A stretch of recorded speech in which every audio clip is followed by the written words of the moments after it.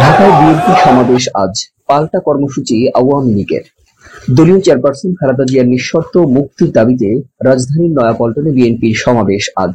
দুপুর 2:30টায় কেন্দ্রীয় কার্যালয়ের সামনে এই সমাবেশ কেন্দ্র করে বড় জমায়েতের প্রস্তুতি নিয়েছে দলটি।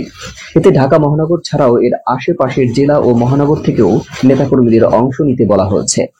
প্রায় 8 মাস পর বিএনপি চেয়ারপারসনের মুক্তির দাবিতে বিএনপি এ কর্মসূচি দিয়েছে। সমাবেশে ঢাকা মহানগর ও জেলা ছাড়াও আশপাশের জেলা থেকেও নেতাকর্মীরা যোগ দেবেন বলে দলীয় সূত্রে জানা গেছে। দলের চেয়ারপারসন খালেদা জিয়ার মুক্তির দাবিতে অনেকদিন পর কর্মসূচি দেওয়া হয়েছে। এ কারণে সমাবেশটি বড় করতে সাংগঠনিক প্রস্তুতি নিচ্ছেন নেতারা।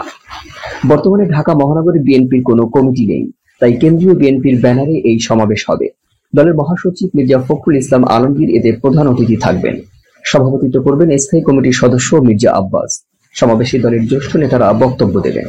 এদিকে দলের 75তম প্রতিষ্ঠা বার্ষিকী উপলক্ষে আওয়ামী লীগ শনিবার বিকেলে বঙ্গবন্ধু এভিনিউতে দলীয় কার্যালয়ের সামনে আলোচনা সভা করবে। আওয়ামী লীগের সাধারণ সম্পাদক এবং সড়ক পরিবহন ও সেতুমন্ত্রী ওবায়দুল কাদের এতে প্রধান অতিথি থাকবেন।